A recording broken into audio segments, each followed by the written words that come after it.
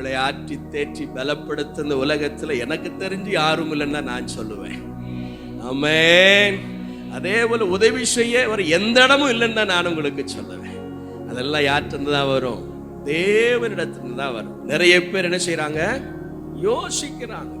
ஆமென். ஆனா நம்முடைய வாழ்க்கையில எந்த நேரமும் கர்த்தரை துதிப்பதற்கு, கர்த்தரை பாடுவதற்கு, கர்த்தரை மகிமைப்படுத்துவதற்கு நாம் உற்சாகமாய் காணப்பட வேண்டும்.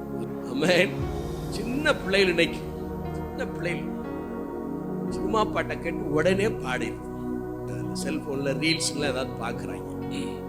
ஆமென். அதெல்லாம் பார்த்தா உடனே பாடிடுது. ஆனா நம்ம பாட்டை பாடுங்கடானா திக்கி திணறு முடிய மாட்டாங்க.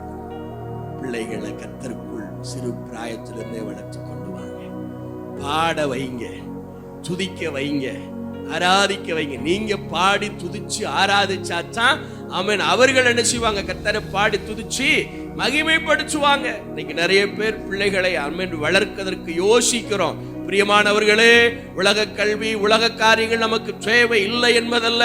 அதை காட்டிலும் முக்கியமானது தேவனை குறித்து பிள்ளைகள் அறிந்து கொள்ள வேண்டும் என்பதுதான். அப்படி அறிந்து கொண்டாதான் வளர்ந்து பிள்ளைகள் வாலிபமாகும் போது உங்களுக்கு கீழ்ப்படிந்து உங்களுடைய வார்த்தைகளை கேட்டு ஆமென் உங்களோடு கூட இருப்பாங்க. இல்ல அப்படின்னா என்ன செஞ்சிருவான்? கம்பியை நிச்சயிப்பான். கவனம் தேவை. ஆமென். ஆக கர்த்தரை துதிக்கணும், கர்த்தரை மகிமைப்படுத்தணும். அதை விட்டுட்டு நாம் வேறு காரியங்களை பேசினால், சபை சொன்னால் அந்த சபை செம்மையானவர்களின் சபை